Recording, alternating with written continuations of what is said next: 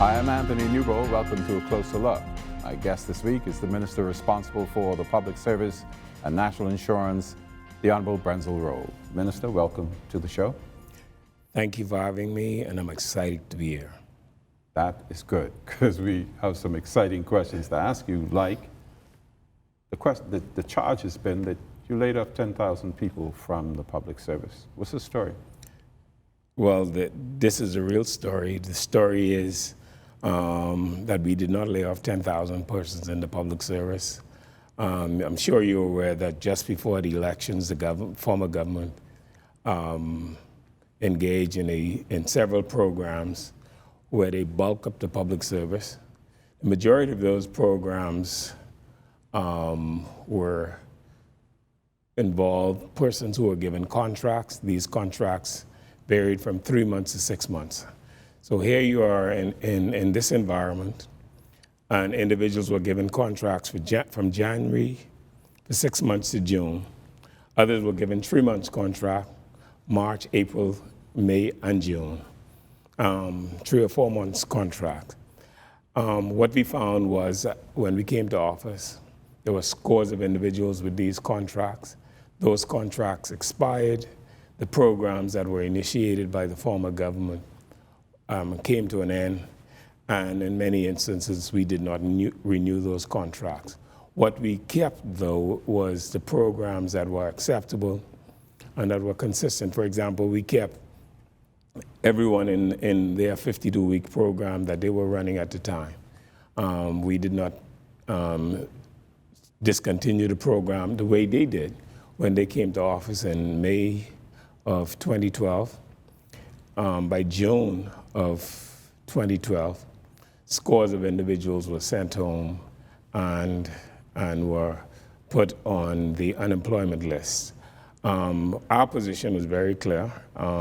We wanted to engage individuals in areas that were needed in the service, and those individuals, I believe, came in with the understanding that they were contract officers and those contracts expired. In addition to that, we took a carefully considered position, which was individuals who had retired and were on contracts. We said that they could not get both.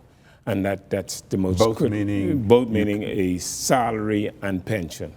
Right. We saw this as an opportunity to engage individuals in the public service, the next generation of individuals, and so we did not continue the services or continue to allow persons to be engaged in the public service with both getting a pension and a salary. So you didn't lay off 10,000 people. Let's talk some numbers anyway. Yes. How many people do you have in the public service? There are approximately 20,000 persons in the public service. 14,000 of these individuals are, generally speaking, on the permanent and pensionable establishment. The others are on contract, they work on probation, and they are on various programs in the government. So, Minister, tell me, do you have some numbers about the appointments, re-engagements, promotions, that kind of thing that you've done? Yes, we did a manpower audit of the public service to determine the needs and the shortfalls in the public service. We determined that our best approach was to deal firstly with the human resources side. And so we vigorously engaged and looked at those persons who needed to be promoted in the service. And so in our first year, we promoted more persons in our first year than the former government did in 5 years. And I'm not throwing flames at the former government. What I'm just saying is giving the facts that in order for the public service to be successful and to progress, we thought that our first step was to look at the human resources side, look at the element of promotion, and then after that we looked at the second element in the public service. We then determined to look at training and what were the training needs in the service so that we could build a capacity that is necessary to make the service a better place. And so those two elements, I believe we have moved to a space where we are comfortable with it now. The service is actively engaged. Promotions are coming on stream. Individuals in the Ministry of Education and the Ministry of Environment are in a better space. The whole question of temporary workers on probation, individuals who need some assistance and how they move through the system, I think we have that under some control at the moment. You told me you got about 20,000 people in the public service. You did this manpower audit. You have some definitive number, approximation of the amount of people you need to really have an effective public service? I don't have that number down, Park. What we do know now is based on our vacancies and based on what the government objective is, we want to fill the vacancies that are required, particularly those in the technical areas. We want to make the public service a better place to work. Some people say we need to bring the public service back to what it used to be so that people aspire to get into public service. That is why we took the carefully considered step to set out a program this year where we're going to hire 200 individuals who graduate from college, who have a college degree. We want to be competitive, and so what we're doing with them is we're encouraging them to come back. We're paying them a little bit more because we're putting them on a contract, and we hope that they could transition into the public service once their contract expired. But basically, we need to be competitive, and we want to competitive with the private sector. With the private sector and with the whole issue of getting Bahamians to come back home, because the starting salary for most in the public service is about $22,000. We've bumped that up to these contract officers for $30,000. We want to compete, and once they go through this program and once they go through a contract, we'll make a determination of how best they can transition into the service. Okay, I want to ask you about your biggest challenge in the public service, but we got to take a break, think about it. And we'll be back with more. Minister of Public Service and National Insurance, the Honorable Brensil Rolle, after this.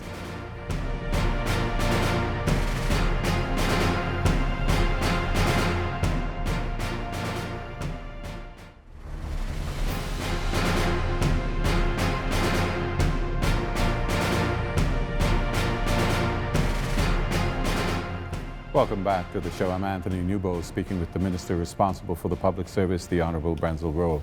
Minister, what's your biggest challenge right now in the public service, if you can pin it down? Well, there are two problems. One is the whole question of modernization of the public service so that we can be responsive, and the Prime Minister and the government has taken the position that a modernization unit has been set up so that they can strategically look at how we could make the public service more efficient and more responsive.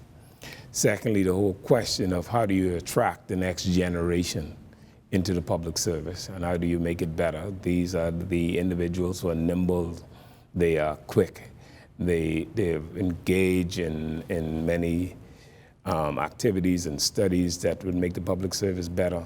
How do you get these young individuals in the public service?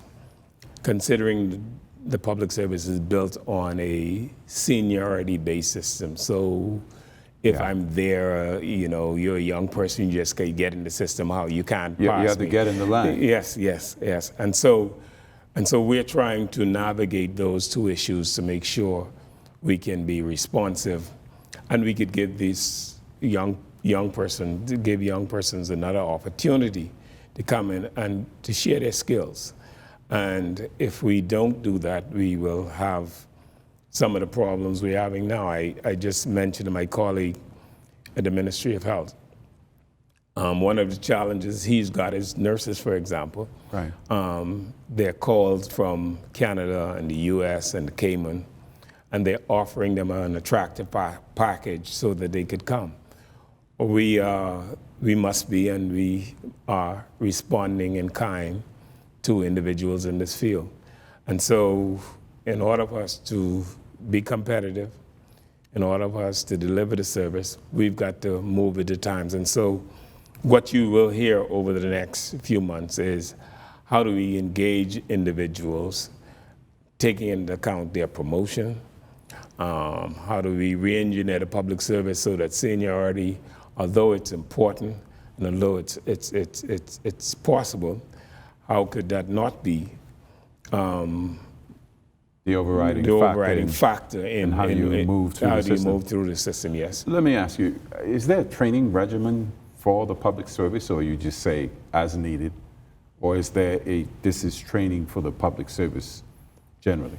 There's some general courses and training in the public service. In the Ministry of Public Service today, we have a lunch and learn training program where we encourage individuals in their lunchtime to come for an hour to go to our training sessions where we cover a variety of matters affecting the various ministries and departments.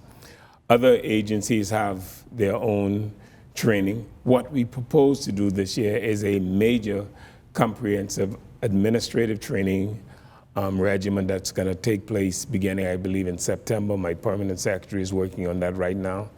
And what that will highlight is basically starting at the top. Let's make sure that the permanent secretaries and the secretaries, heads of departments, make sure they have a clear understanding of what is needed and what steps they must take as leaders to make the service better. So yes, there is a clear regimen, a clear structure for training. That's the one area in our budget that I was screaming about, that I don't think we've invested enough in the training of our individuals, because we believe that if individuals are given the opportunity to train, then they will be in a better position to offer this kinds of service that is required by the ministries and departments. Let me go back for a minute. You mentioned the 52-week program, which has been a source of controversy ever since it was introduced. Is that now, the 52-week program, is that now embedded in the public service system? Will there always be a 52-week program? You notice a shift in name. We don't call it the 52-week program anymore. It's the National Job Creation and Skills Training Program, basically. Okay. And so what the program is, and if you look at the component of the program this year, what you will see is it was an opportunity to create some jobs for unemployed persons so that they could gain some skills and some skill sets so that they would be more marketable, so that they would be more responsive in delivering services. And more importantly, we added another component to the program this year where we said to individuals, we want to put you in BTVI. We're going to pay you the same salary that we're paying everybody else, but you must go to BTVI, you must learn a skill. Here the skill set that is needed in the Bahamas. For example, in Grand Bahama, they need welders. So we said to individuals, welders for the port. And so we said to individuals, if you want to join the program, you must go to BTVI, you must get the skill set so that you could transition into the port and into the docks where they need these welders. So what we have is several individuals in New Providence and Grand Bahama in particular who went into BTVI, acquired a skill. Now they are on their own. We went further. We said that to them that the government has a program where if you want to become self-sufficient and self-employed, if you get a skill set, we will give you the funds to buy your tools to get you started. And so that program that was once only a program to create a job, we're saying, no, it's more than that now. We want to make sure that you acquire skill so that you could go on and work and do your own thing. That program is always subscribed, is it? Yes, there are 1,000 individuals in the program Last year, the program is over. We are re-engineering the program. The program is going to begin again on the 8th of July. The Ministry of Labor, I'm thinking that because public service, you're going to have needs. Ministry of Labor knows what's out there. I'm thinking you ought to have a really close relationship with the Ministry of Labor. Do you? Absolutely, and that's why the program, the 52 weeks program, as you call it, is really focused on labor. And so there's always collaboration between the Ministry of Public Service and labor, because one, labor, although they have several programs to engage persons, they also know where deficiencies exist in the public service. They know that vacancies exist. So from time to time, we have regular meetings with the Ministry of Labor to find out exactly what they're finding out there. They send us on a regular basis an update on the need for jobs and skills that's out there that may be deficient or not found in the public service. So yes, we work hand in hand regularly. And of course, your ministry is responsible for the well-being of all of the people in the public service, whether they work for health, labor, education, wherever. That's your overall job. I always say that our job is to make sure that parity exists in the public service and to manage each ministry and department, so that if a ministry, for example, has individuals that are not fully occupied, well, we could move them or transfer them to ministries that need them. So there's a constant human resource element that is always in play. And the Ministry of Public Service, because we deal with the human side of the government, making sure their pensions are straight, their gratuities are paid, they're fit. There's an absolute fit in certain ministries. And if there needs to be disciplinary measures, make sure those things are done in a timely fashion. We got to talk about national insurance, but we got to take another break. Oh. And we'll be back with more with the minister responsible for the public service after this.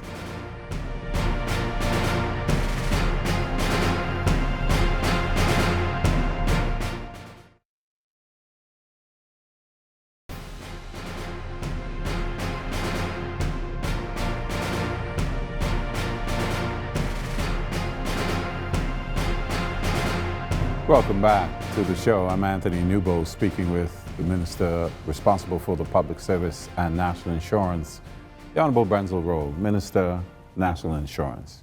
We always talk about, whether it's going to last, whether it's going to collapse. What's the state of the nation's social safety net? It is the nation's social safety net. It is driven by what you put in, your contributions. And so if you don't contribute, you can't benefit. That's the long and short of it.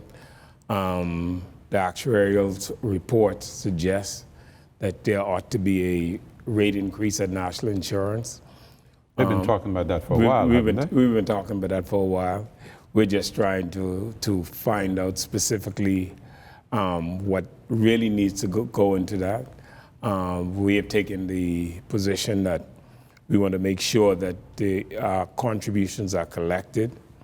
You would have heard me say earlier that a substantial amount of money is owed to national insurance, and trying to encourage individuals to come in and make those payments.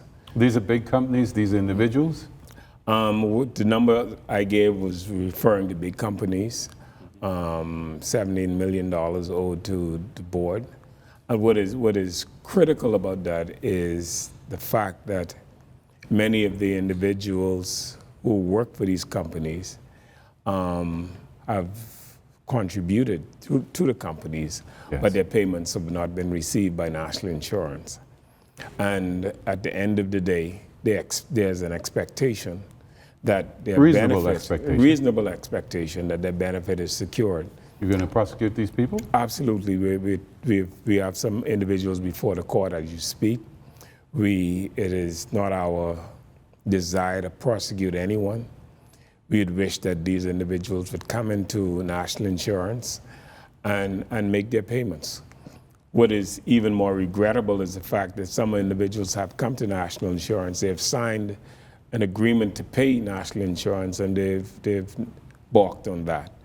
And so we are left to explore our only legal action, and that is to put these matters before the courts.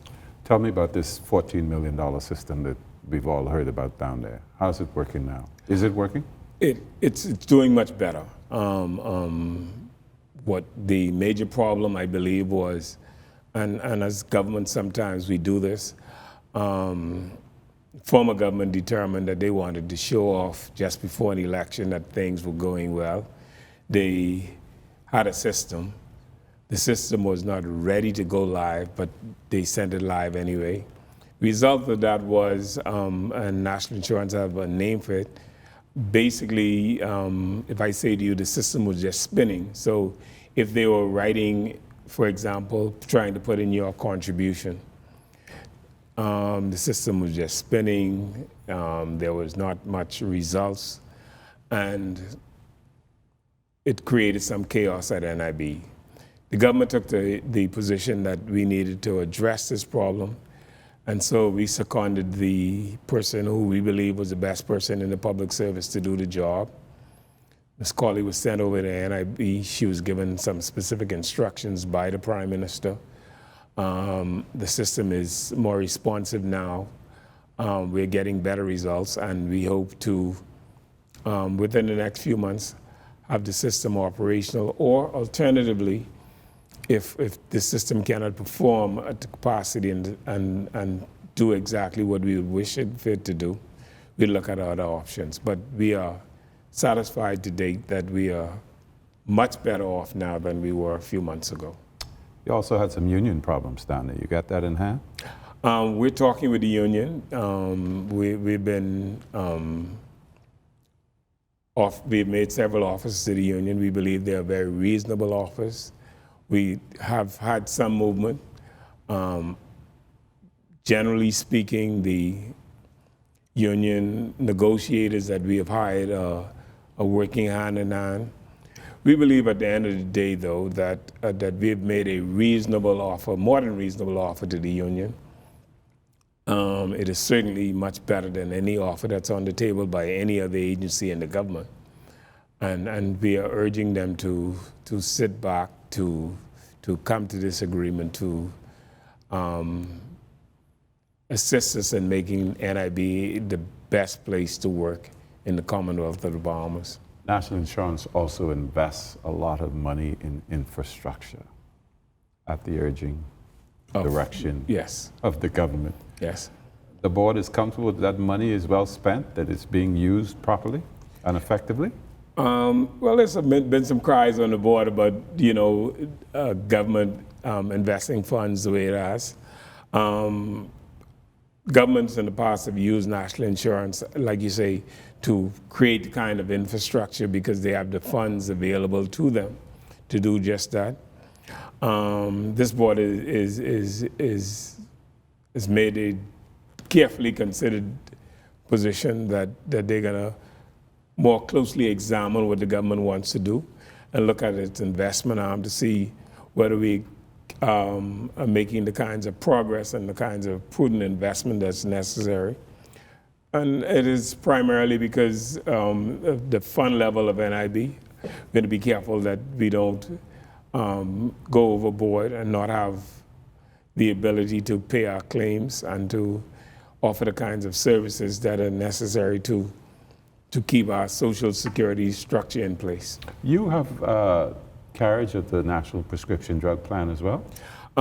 We just re-engage them. We purchase the drugs on their behalf, on the behalf of the private pharmacy, the pharmacies and the Ministry of Health, the public pharmacies and the Ministry of Health. That's costing the board approximately $16 million a year. And so we believe that if persons take their drugs, persons are on their medication, then that would reduce the potential for claims at NIB. And so we see this as a prudent investment on our behalf. That's one of your good investments, eh? Yes, yes. Overall, you think your public service and national insurance portfolios are on course that you want it to be on? I think so. I believe that National Insurance, the new director at NIB, has put forward a strategic plan that's going to elevate the services and the image of NIB. In the public service, I say to my colleagues, and I hate to repeat it, but it's true. I have the best permanent secretary in the service, and that's the right place for the best manager of the public service to be, and that is to ensure that the proper training takes place. The parity is maintained throughout the service, and someone who has the vision and the experience, of course, to manage these things to make sure everything is in place in the public service. Thank you, Minister. And thank you for watching A Closer Look. Remember, you can also watch us on Facebook and on YouTube. Thank you. Thank you so much.